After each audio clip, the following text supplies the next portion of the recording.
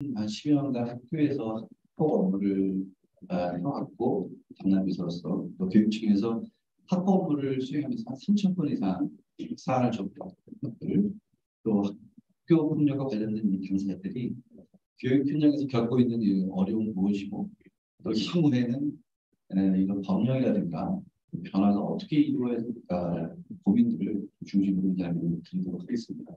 아무쪼록 오늘 이야기들을 이 변화의 방향과 제안을 통해서 선생님들이 좋은 영합을 드리셨으면 합니다.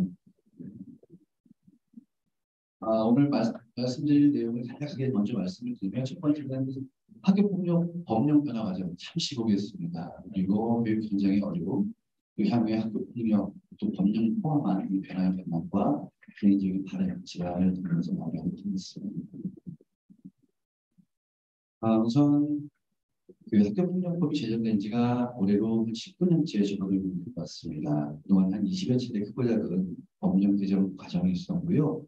그게 1, 2, 3기 세 전환기로 지금 나오는데요. 첫 번째 학교폭력 1.0을 보시면 2004년도에 학교폭력법이 제정됩니다. 사실 이때만 해도 학교 안에서는 법령은 있었으나 유명무실한 그런 상황이라고 보시면 됩니다. 두 번째가 이제 2.0이죠. 그때는 좀 이슈가 있었죠. 2012년도 동부중학생 재산사건이 있었고, 이때 등장한 것이 바로 가해 학생에 학생부 기재가 등장합니다.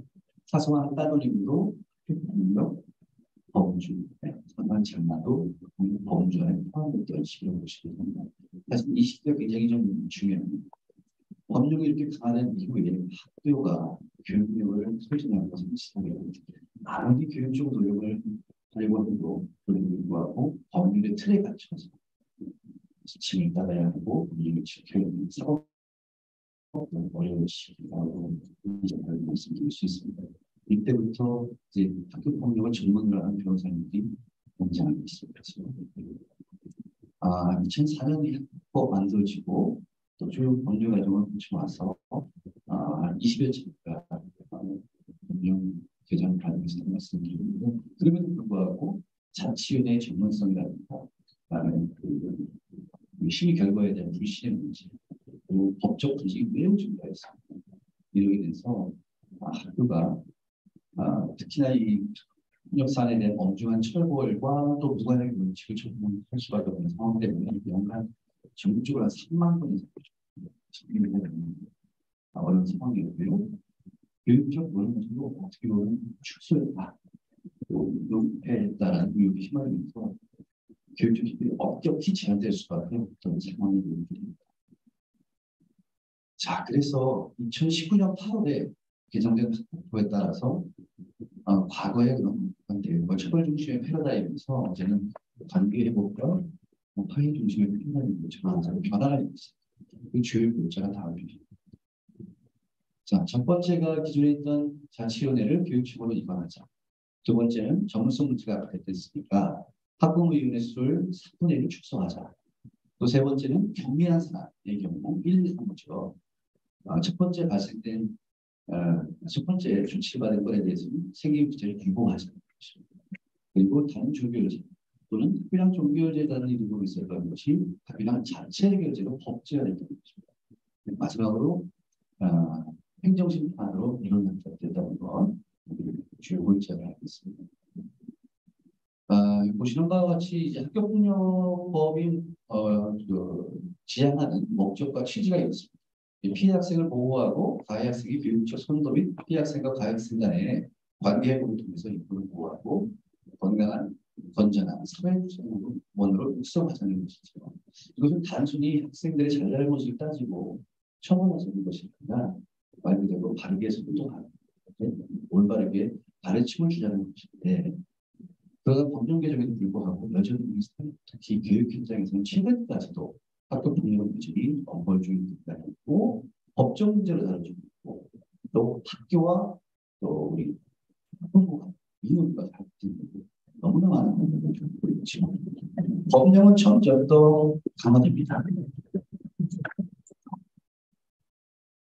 법령 학교 폭력을 근절하자는 교육이나 법령을 강화하는 방향으로 기준을 하고 있습니다. 저는 개인적으로 법령 강화에 반대합니다. 왜냐하면 양날의 칼 피학생을 보호자 취지에서 매우 긍정적인 효과가 나올 수 있지만 이것이 또 다른 법적 분쟁과 다툼을 야기할 수 있는 부정적인 효과를 내포하고 있다.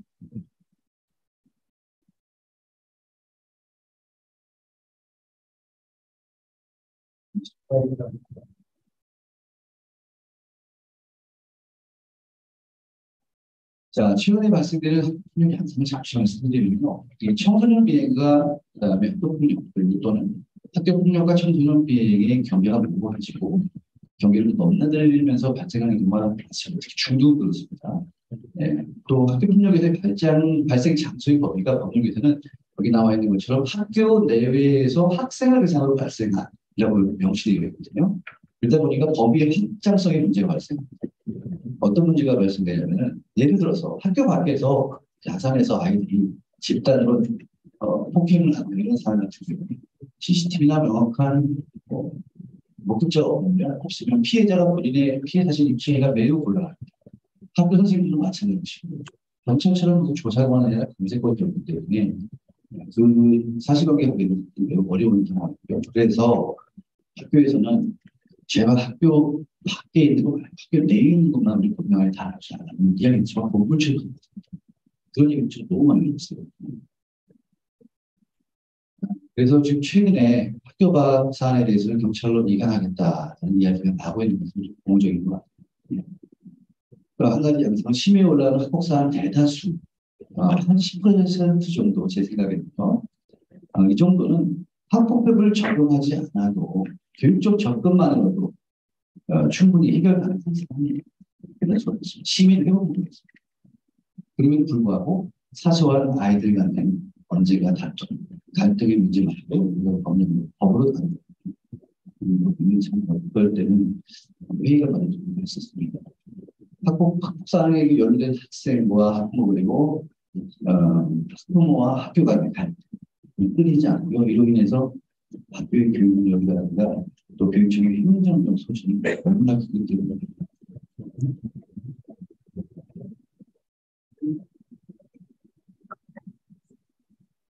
네, 지금 더 구체적으로 말씀드리고 있습니다. 지금 보고 계신 수치가 제가 근무했던 지역의 연립을 학폭 발생 건수입니다. 첫 번째 이제 교육지원청으로 자치를 이관되기 이전인 1919년 보시면 약 1000건 정도가 발생했습니다. 그리고 2020년에는 코로나로 인해서 3분의 1 정도 감축되고요. 그 다음에 22년에는 600건 정도로 2배 정도 증가했습니다. 22년 보시면 2배 가까이 증가하는 모습을 볼 수가 있고요. 2023년 지금 기준입니다. 전년도 대비 발생 건수가 70% 육박했습니다. 예측하기로 2월 말까지 우리가 산정을 하거든요. 수치를 계산하는데 작년 수치를 훌쩍 뛰어넘을 것으로 예상하고 있습니다. 위에 보시면 이제 학교장 종결제 30%가 나와 있었어요. 적었죠. 근데 밑에 보시면은 2023년 학교장 자체 비율이 70% 대폭 증가 수치로 보여집니다. 시민 건수가 줄었다는 거죠. 근데 사안 내용과 심리학성 측면에서 보면요. 시민 건수 중에 아까 말씀드린 것처럼 심각한 건수 10%를 대부분 80%, 90%는 정말 학교에 대한 강사가 소년과 같이 이 정도로 끝나는 경미한 상황이 되었을 있는 것이죠. 충분한 대화나 교육적인 해결로 가는 그런 사안들이 부모님들의 감정 싸움으로 심히 오가는 케이스가 대폭 증가하는 것이 특징입니다. 두 번째는 온라인 매체 사용 증가하면서 사이버 공격이 증가합니다. 지금 공동학법을 보면 사이버 공격이 굉장히 많이 있습니다. 안 가본 데가 없어요. 제주도 교육 다 나왔어요. 다 여기 단톡방에서 크크크만 다 거기 올라오는데 이런 상황들은 그다음에 세 번째 행정 업무 감감에 대해서는 학교와 교육청이 조금 다르게 판단을 하고 있었는데요. 업무 부담은 학교는 줄었다고 말씀하세요. 10일 안 했지만 그 조사와 승계를 위한 면담이라든가 교육청에 보내야 하는 서류에 대한 행정적인 부분들은 여전히 업무 골라도는 그쪽 같은 경우는 이 시민을 이제 아니면 학교로부터 페이퍼를 다 이끌어내는데 이 조선업 시장 경우에는 선생님을 직접 만나서 또 자세하게 확인해야 직접 방문해서 그리고 지금 조치인 거에 대한 불만으로 행정심판이나 소송이 되거든요. 소장 한 2, 300페이지 되는 걸 다 읽어봐야 되니까 재미있게 그리고 불법권에 대한 이런 불법권에 대한 개혁에 있어서 매우 수준의 업무담을 하고 있는 것들이 현재 장사되고 있는 상황입니다. 저도 이 3년간 한 20건 정도의 행정소송 많습니다. 전담 인력 인원의 부족 문제도 심각하고요. 사안 건수가 계속 날로 증가하는 것도 참 어려운 상황입니다. 다음 슬라이드.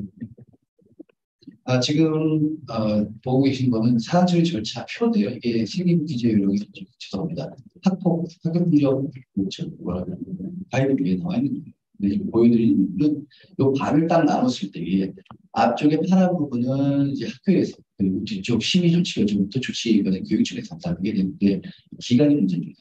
학교는 사안이 접수되고 14일 이내에 사안 조사 마치고 교육청으로 보고를 합니다. 이게 자체 해결이던 시점이죠. 여의치 않은 7일 플러스 시점부터 해서 28일 이내에 사안을 심의를 땅땅땅 해야 되는데 한 달 반 걸리고 한 달 반이 영상에 제가 말씀드렸습니다. 혹시나 두 달에서 예를 들어 지금 10월 말에 접수가 되면요 올해 안에 못합니다. 상황이 그렇습니다. 그로 인한 민원이 엄청 근데도 터졌죠. 두 달에서 풀렸습니다.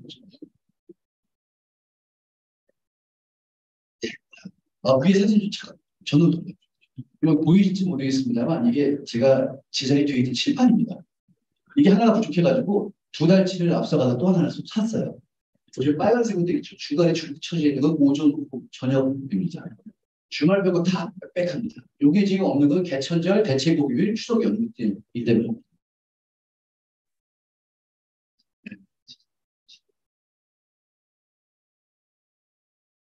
예산의 문제도 좀 간과할 수 없는데요. 다음 슬라이드에서 보여드릴게요. 한 번 심의할 때가 저기 써있죠. 적게는 180만 원, 많게는 230만 원이 들어갔어요. 저게 바로 심의위원 수당이라든가 간식 또 야간까지 이어지면 밥도 드려야 되죠. 평균 잡아서 1년에 300건을 우리가 심의를 하면 200만 원만 잡아도 얼마입니까? 엄청나죠. 6억이에요. 그렇죠? 저희 지역만 심의하는 게 아니죠. 경기도만 해도 25개 유치원이 있고 전국으로 따지면 어마어마한 예산이 이렇게 투입되는 거죠. 이 예산을 우리 아이들이 교육에 투입한다면 얼마나 크겠습니까? 자, 그리고 학부모님들 전부 다 전학 조치를 원하십니다. 요구하십니다. 열의 여덟은 전학 조치를 원하십니다. 시간 다음에 기회를 말씀드릴게요. 자, 사회적으로 어떨까요? 여기 변호사님도 계시지만 죄송합니다. 학교는 전문으로 가르치겠죠. 제가 여쭤봤어요. 교수님께 수익으로 아니 기밀인데 그리고 4등 시작이고요. 옵션으로 소설가니까 수출만 그리고 언론까지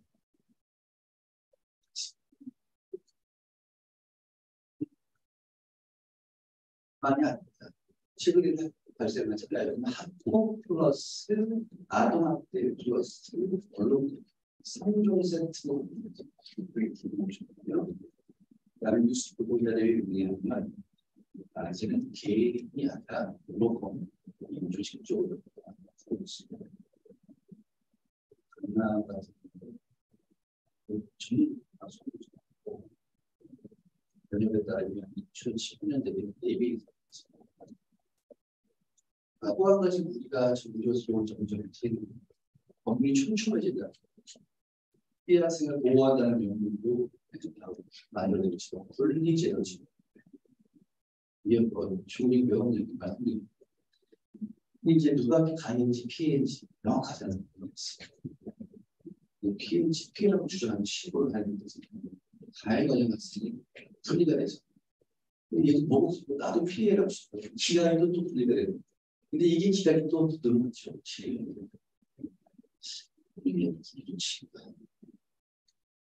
그렇게 그 사고팔이 운영하면서 우리가 학교가 교육적 해결을 이렇게 갈수록 어려운 측면이 있다는 게 현재 있고, 그리고 조사를 하는 수행이라는 사람들이 교사를 기획한다, 절차를 지적하면서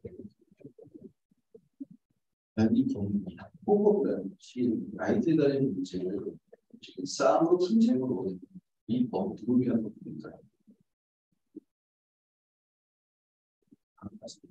그런 말들이 나 법조인 중심, 위임원, 법조계가 학폭법을 불러오고 법을 충족하게 만들고 학교를 향해서 절차를 공격하고 또 피가의 학생의 법률 조력자라는 이유로 우리 아이들의 싸움을 부추기게 만들고 이런 카렌탈 안에 가두면서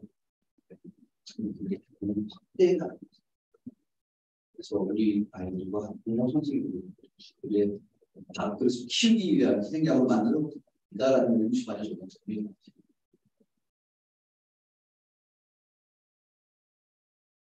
자, 이제 4.0 시대에 대한 재현이라고 보시면 되고요. 학부모 강화만이 절대 답은 아닌 것 같습니다. 그동안에 학교 폭력 피해로 인해서 이런 학생이나 그다음에 학교 폭력을 일으킨 가해에 대한 대책, 그다음에 피해 학생에 대한 협의에 어떤 대책이 있습니다. 시간입니다. 정말로 아까 그 학부모님들이 원하시는 모든 가해 학생들을 강제적으로 학부모님이라면 학교 안에 모든 갈등이 다툼이 모두 해결되고 있습니다. 계속해서 문제를 일으키는 하나는 기대는 있습니다. 그래서 이 세 번의 전환기를 우리가 거쳤고 또 이제는 4.0이라는 시대를 놔두고 있다면 교육적 관점에서 내린다면 10년을 준비해야 된다는 말씀을 주시고 당연히 심각한 모든 범죄이 다루어야 합니다. 훈련법 연령을 낮추고요. 법의 잣대를 들이대서 범죄이 다루어야 한다는 것이 100%입니다. 그러나 교육력을 소진시키고 갈등과 반복을 교육적 해결이 가능한 문제마저도 우리가 질것 같은 방식으로 지금 늘 자, 그 두 번째, 그동안 학교폭력이 발생하는 주로 가해 학생을 어떻게 처벌할 것인가에 초점을 맞춰놨었죠. 진정한 피해 회복이나 치유, 뒷전이라고 볼 수 있고요. 피해를 입은 상처나 치유가 되지 못하고 피해 학생, 또 가해 학생, 난 내가 받은 처벌로서 내 책임을 다했어. 나는 이런 인식, 이런 생각을 하면서 그 가해 학생도 진정한 반성문이 이루어지지 못하고 변화와 성장의 기회를 만들지 못하고 또 다른 이유는 수가 없습니다. 최근에 연예계나 스포츠계에 학생이 사건이 많이 터졌죠. 제목이도 한참 시도했거든요. 치유되지 않는 마음의 상처로 인해서 소위돼서 우리 트라우마나 고통 속에 살아가시는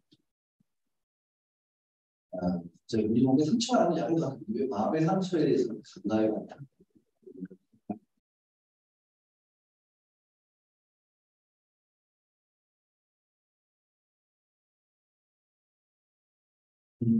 아까 말씀드렸던 대로 마음의 상처를 가지고 상처가 되면 재발되지 않도록 세심히 살펴야 한다는 그리고 학창 시절의 경험들도 치유하는 기회가 잘 만들어져서 또 잘못된 행동을 하는 아이들 변화와 성장의 기회가 좀 주어져야 되고요. 사실은 아이들끼리 대화하다 보면 잘 풀리는 게 있어요. 진짜 있습니다. 그 과정에서 부모님이나 또 학교의 도움이 필요한 것 같습니다. 실제로 연구 결과에서도요, 그 상대방을 처벌하겠다는 마음을 가진 그렇게 접근하는 부분이 그 아이도 상대방과 관계를 회복하게 하시고 마음을 치유하려고 하지 않고 피해자가 상대방을 어떻게든 처벌하려고 집중. 그런 아이는 자신의 자격을 축소하는 감추려고 어떻게 됩니다. 근데 정말 아이들의 문제, 복부가 굉장히 문제, 저를 치료, 또 강화 생활에 또 이제 무엇이 되고 지혜를 뭐라 해야 되죠? 자, 그래서 저는 경험에서 말씀드립니다. 사안 강사에 관한 대화법이 좀 제도화했으면 좋겠고요. 그 이유는 이 대화법이 갖는 그 수요가 신뢰, 부분이 그럴 수 힘이 있는 때문인데요. 이 사건 당사자가 있는 경험이 있지만 자기만 있는 과정이 그런데 대화법이 여기서 벗어날 수 있는 기회를 보여준다. 이런 과정에서 우리가 대화를 통해서 우리가 서로를 이해하는 공감하는 경험을 특별히 나한테 피해를 준 사람한테 피해를 입힌 사람에게서 공감을 하는 것이 정말 큰 가치의 힘과 경험입니다. 저는 이것이 대화법이 가진 가장 중요한 것이고 여러분 아이들이나 부모님도 갑자기 보시고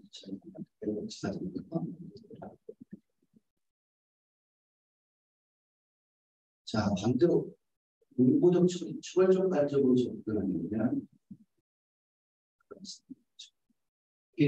피해를 확대하는 거고 시민이 축소를 가해야 하는 그래서 분리대체 환경되는 시민이 당연히 다를 수가 없겠죠. 더 무시하는 대한민국이 그런 불신을 시민 단체하는 시민이 하고 문제를 해결할 때 좋은 기회가 새로운 출발을 줄 것입니다. 대한민국 제도화했으면 좋겠다 말씀드립니다. 그 예가 있습니다. 이런 대한민국이 갖는 힘을 갈등 상황 또는 학교분들을 잘 적는 사례 대화를 덴마크 들어보실 수 있을 거예요. 36시간 제도입니다. 덴마크도 2000년대 중반에는 학교분들을 크고 없었잖아요. 관리를 해본 학생이 있어요. 43%가 있었어요. 충격을 받을 때가 36시간입니다. 이 시간 안에 학교에 모여서 부모, 교사, 학생이 교육을 듣고 지금은 3%로 줄어들어요. 무시하면서 이건 개인의 문제가 아니라 공동체의 문제가 있다는 것입니다. 여기서 이유가 있으면 아니면 보시는 거예요. 저도 학교에 있을 때 이 법칙을 몰랐는데 제도를 몰랐는데 2016년도에 가장 많은 학생을 맡게 돼서 일을 했는데 한 해 동안 우리 동아리는 지금 18번의 시위를 했었고 그 다음에 세 번도 어쩔 수 없이 그 당시 법령에 따라 할 수밖에 없는 성사안이 있었어요. 나머지는 다 해결했어요. 자체적으로. 이유가 뭐냐? 바로 여기 나와 있는 시대를 법칙을 저는 그날 사안이 발생이 무지한 순간 그날 자정을 마차가 호박을 아시죠? 그래서 학생 부장이 저와 학년 부장이 잘했어요. 필요합니다. 현재 최근에도 반가운 주문이 시간이 없으면 퇴근하시면 기다리겠습니다. 오세요. 아이들과 그날에 있었던 분 다시 공유를 하고 어떤 일이 있을지 충분히 설명을 드리고 그날은 물론 시간적으로 여기도 힘들지만 교과면에서 훨씬 더 있습니다. 그때 이런 시간이 없어서 말씀드리는데 저는 8대1 폭력사 1에 있는 학생이 전치 8주가 났어요. 이 아이는 연예인이 있어요. 얼굴이 가장이 났습니다.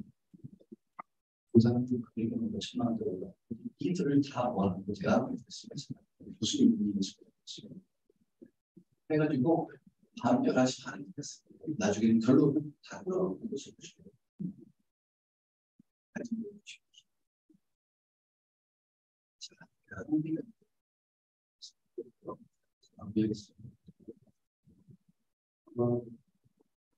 자, 앞으로 우리가 학교폭력을 어떻게 알아보고 나가야 것인가 방향성에 대한 제안이 아니고요. 선생님 평소에 학교폭력이라는 이 단어를 외우면 어떻게 하고 계십니까? 지금 귀하지 않다고 하시죠. 그러니까 어느 순간부터 우리가 그냥 그리고 학교폭력이라는 게 그러니까 개치지가 생각해보니까 언어가 사고를 지배한다는 말이 있습니다. 언제부터 우리는 학교라는 의미의 폭력이라는 단어를 사용하고 있고 이 용어가 대체할 수 없는 고착되어 있습니다. 과거에는 어땠습니까? 싸움 또는 다투는 싸움을 근래에는 어머니가 경찰에서나 사용하는 걸 평가적 수법 너무 익숙하게 있었습니다. 학교라는 의미의 폭력이라는 구체는요 피해자뿐만이 아니라 가해 학생도 피해 학생도 선생님도 피해자라고 하죠. 학교 폭력이라는 수입의 가치를 적을 수 없습니다. 나라가 수입의 가치를 쓸 수가 있지만 사실상 그래서 학교 폭력이라는 것을 대체할 만한 뭐가 없을까? 제 머리는 같이 모두 보시고요. 다만 제가 제안드리고 싶은 이런 것들 신체 폭력 그거는 그냥 신체적으로 다루는 거고 제가 상당하게 이렇게 표현을 해요. 신체 폭력이 일어났어요. 신체적으로 다루는 것이 그걸 생각에 문제가 있었고 어느 정도 다툼이 있었습니다. 학교 폭력이 많이 대치고 폭력이라는 걸 다뤄놓고 학생의 건강한 성장과 교육을 교육적으로 희망하는 생각 과정에서도 어머니 저 영토리가 오늘 학교에서 또 폭력이 있어 저를 연락을 했습니다. 어중간에 그 아이를 지켜내기 위해서 자기 자식을 괴물로 맞추지 않기 위해서 말했습니다. 아까 말씀드린 어머니 순화되는 것들에 학교 분위기에 대한 그 접근 자체는 발생되는 상황 유형에 따라서 또는 연령에 따라서 좋게 되지 않을까 그런 것 같습니다.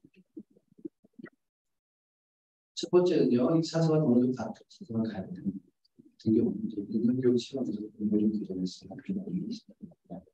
두 번째는 초등저학년 학생, 최소 3학년까지는 딱 두 개를 제외했습니다. 제가 시민을 하다 보면 초등저학년 아이들이고요. 아무 생각 없이 엄마는 시간을 내면 의자도 있는 근데 어떤 아이는 다하면서 너무 괜찮아요. 난 이 자체가 이 공간에 오면 자체가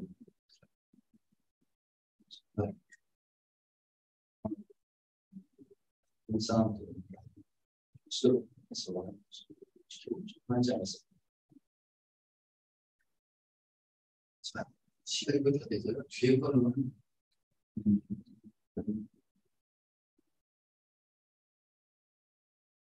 영상 나중에 한번 보세요.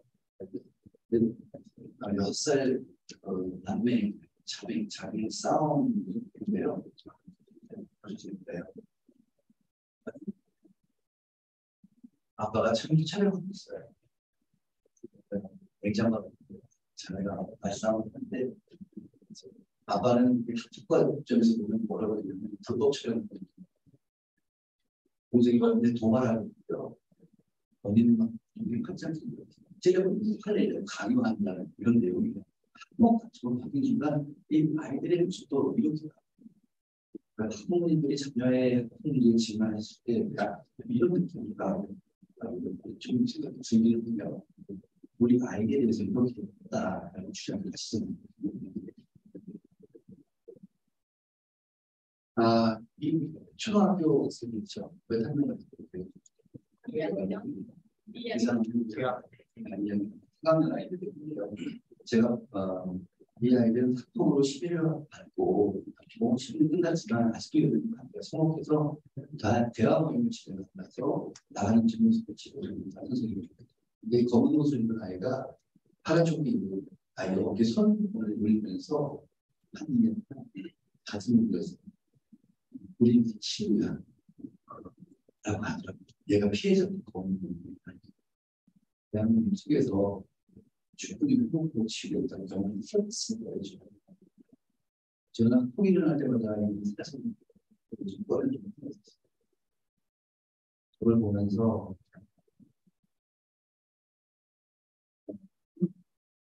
같은 게 아이들의 문제를 조금만 사실로 대화하는 사람들은 잘 열심히 그런데요, 현실은 학폭을 심리 좋아하는 아이들, 그냥 죽어도 안 봤어요. 학생들의 상황에서도 이 다툼의 과정에서 끝나지 않고 다른 문제가 감정 싸움을 가지고 우리 아이들도 또 선생님이 상처를 받고 이 그치고 지금 하나의 바꾸는 세 번째 시대를 들어왔어요. 한동안 비슷하죠. 같이 살고 있겠죠. 자, 이제 우리 아이들과 부모님 교육 현장에 어려움에 빠진 부모님에 대한 제도 필요할 것 같고요.